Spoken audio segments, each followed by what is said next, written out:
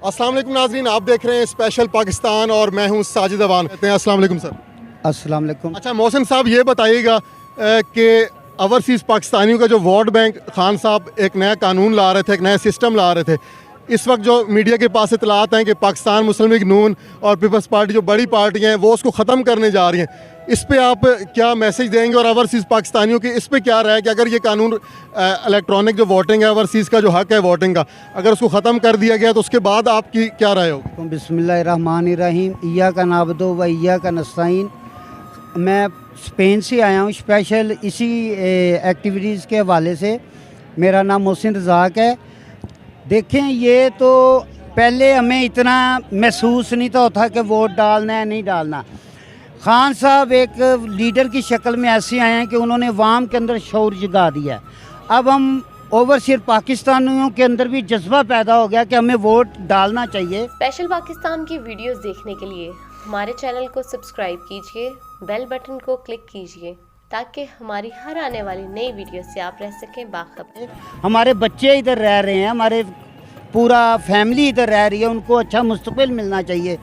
तो ये जो हथकंडा इस्तेमाल कर रहे हैं, इससे बहुत ज़्यादा रिएक्शन आएगा यूरोप की तरफ से, ओवरसीयर पाकिस्तानियों की तरफ से, क्योंकि ये हमारा हक है।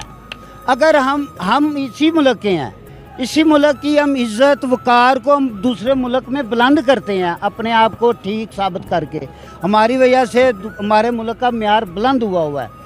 अगर ये वोट का हक हमसे छीनेंगे तो अब पूरा यूरोप, पूरी दुनिया जो इसके लिए आवाज़ उठाएगी। इनको असल में ख़तरा ये है कि टोटल पाकिस्तानी जो है, ओवरसीयर पाकिस्तानी, वो इमरान खान साहब के साथ हैं। जब इमरान खान साहब ने पहली तकरीर की थी इलेक्शन जीतने के बाद, मैं उस वक़्त स्पेन बार्सिलोना में एक उनकी मेट्रो ट्रेन में सफ़र कर रहा था। मेट्रो ट्रेन में जनाब एक टीवी लगा होता है जिसमें एडवर्टाइज चलती होती है। एकदम एडवर्टाइज ख़त्म हुई और हमारे खान साहब की उन्होंने तकरीर लाइव चला दी। हमारा सर फ़ख्र से बुलंद हो गया। और आमने सामने जो स्पेनिश बैठे थे उन्होंने हमसे किया है कि ये आपका लीडर है। हमने फ़ख्र होके खड़े होके बोला कि ये देखो हमारा लीडर है। इससे हमारा सर बुलंद हुआ।